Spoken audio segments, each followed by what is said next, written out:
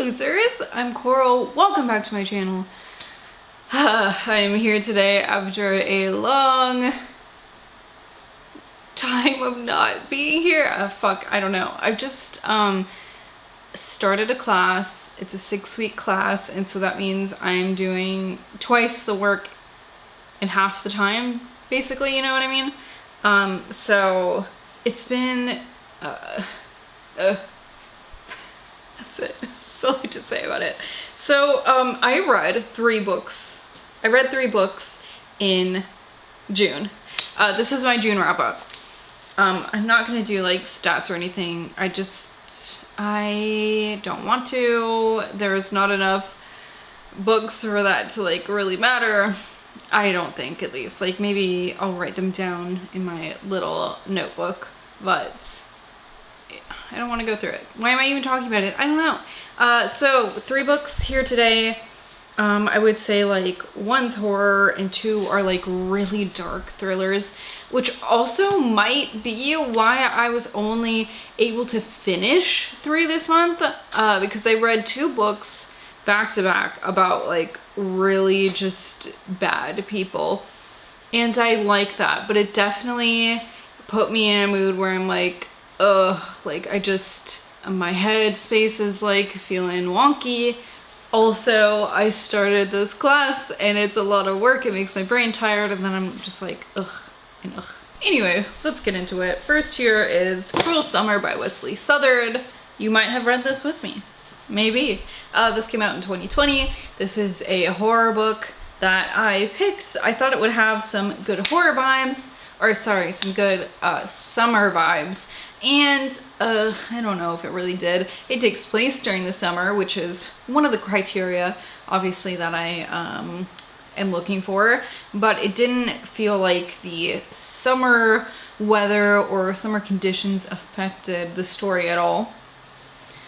So, I am going to tell you about this just because my video where I discuss this is definitely spoilery, so I don't want you to have to go watch that if you haven't read this, you know what I mean? So this is about a boy named Patrick. He lives with his mom Melissa and his mom's boyfriend Hoyt, and Hoyt is a real big piece of shit.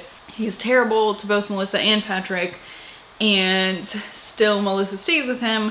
They are taking a road trip to a Florida town where Melissa spent some time growing up, and she's hoping that it's going to be a great vacation that brings them together as a family, but like I don't know why she thinks that would work that way, but she does. Very early into this trip there is an incident and Hoyt is killed, and Hoyt is, let me read the back and see. Now that I've gone into spoiler territory, it's like I have to make sure I have to reel that back, you know what I mean? So he is dead, and the back of the book says that, so that is definitely not a spoiler. And he is offered the opportunity to kind of take revenge, and he chooses to do that. So there is some mythology in this, there is revenge in this, there are some interesting, whether good or bad, you'll have to find out for yourself, relationships that are created during this story. And all in all, I really liked the beginning, and then I felt like this event happened and the pacing just was like walking through sludge after that. It was slow, tedious, hard to get through. It's like the action is just gone for a large part of the book, and so it was hard to stick with it, especially because the beginning was so interesting to me. And so I don't know, would I recommend it? I'm not sure. It depends on if you're interested in those things, especially like the mythology. I feel like that becomes a big thing towards the end of the book. This one didn't love as much as I thought I would. Then I read A Simple Plan by Scott Smith, and oh boy, this book is a book that I read. And when was this one published? Let me see. I think this was 90 something. 1993. Okay, Scott Smith also wrote The Runes, which is one of my all-time favorite books, one of my all-time favorite summer horror books. I think it just is written so well, so perfectly. And this is also written well, but something about it, it didn't, I think maybe I just had too high hopes when I was going into this. And that's not to say that like I didn't enjoy this, but this was pretty average to me. Really, this is one of those books where it's like things just keep getting worse and worse and worse. And it's like you just really wish the characters would make better fucking choices, right? And the main character himself, he's just such an average person. There really doesn't seem to be anything, all the characters really, nothing that makes them stand out in any way, which is maybe part of it, you know, just like this average guy. You think he's so normal, but he ends up making these really terrible decisions. This is, the plot in this is about Hank Mitchell, and he has a brother, Jacob, and him and Jacob and, oh god, the friend Lou. So it's Hank, Jacob, and Lou.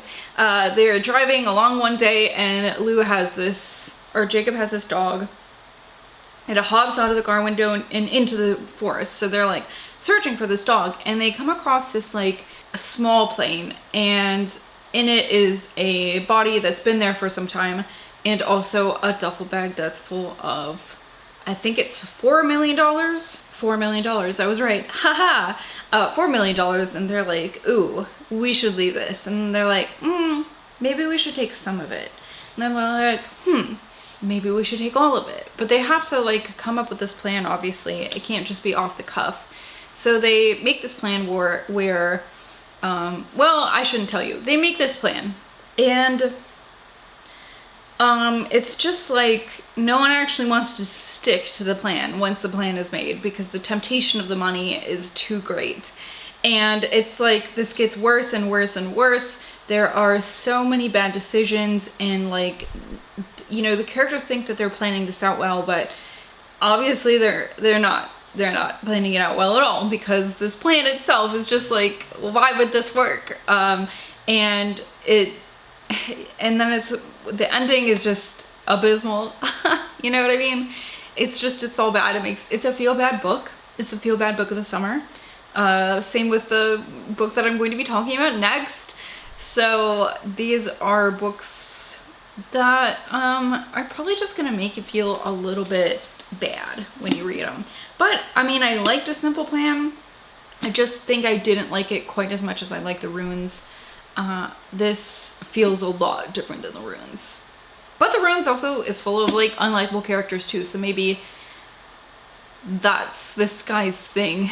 I mean, I would say read this if you're into a book about the things I just talked about, like a situation just going bad and getting worse and getting worse and getting worse. And it's like when you think these characters are gonna come to their senses, it gets worse. So pick it up for that, you know?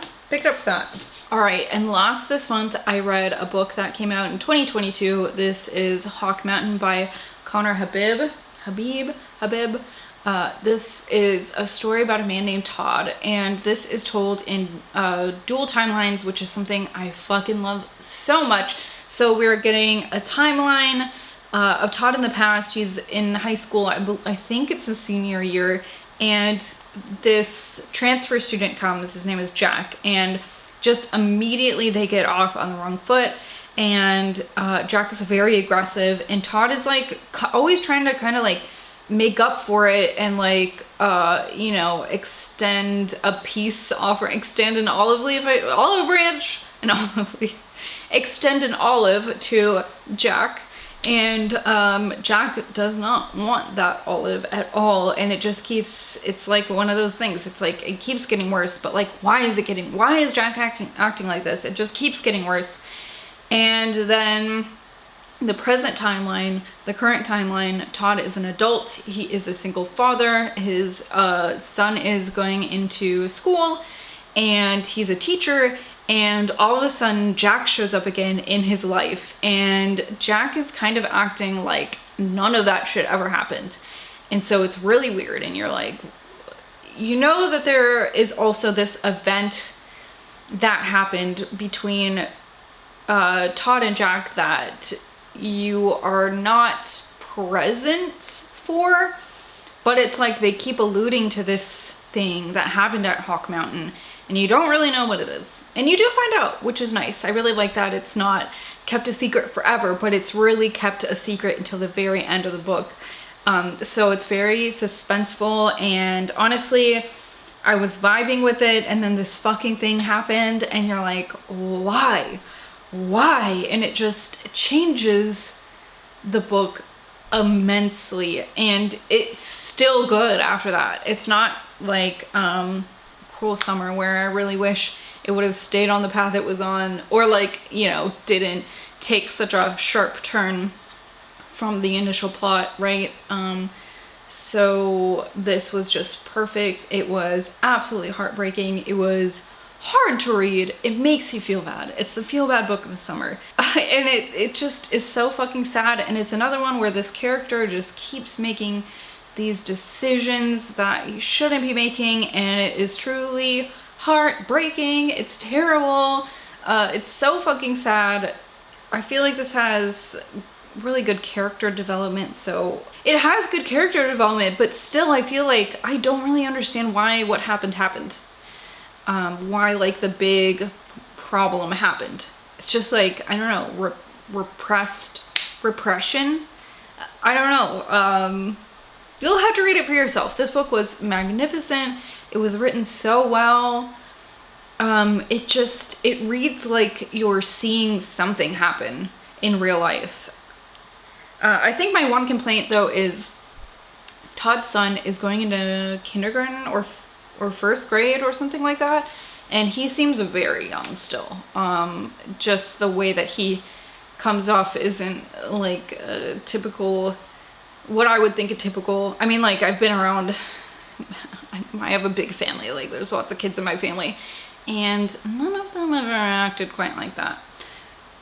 So I don't know if that's on purpose or not, but it was a little bit grating. It's like, man, this kid just really does not act his age. Why is he acting like this? It's just not normal. But maybe some of that can be explained by the events in this book, and I don't know. You'll have to read it for yourself. I thought it was great, but another one where it's like you really have to be in the right space for it, I think, because it was hard and taxing to read that book, but it was an excellent book. Those are the 3 books I managed to read in June. I'd love to hear if you've read any of these, especially Hawk Mountain and Simple Plan. Love to know what you thought about them. That's it for me though. I will see you guys later. Goodbye.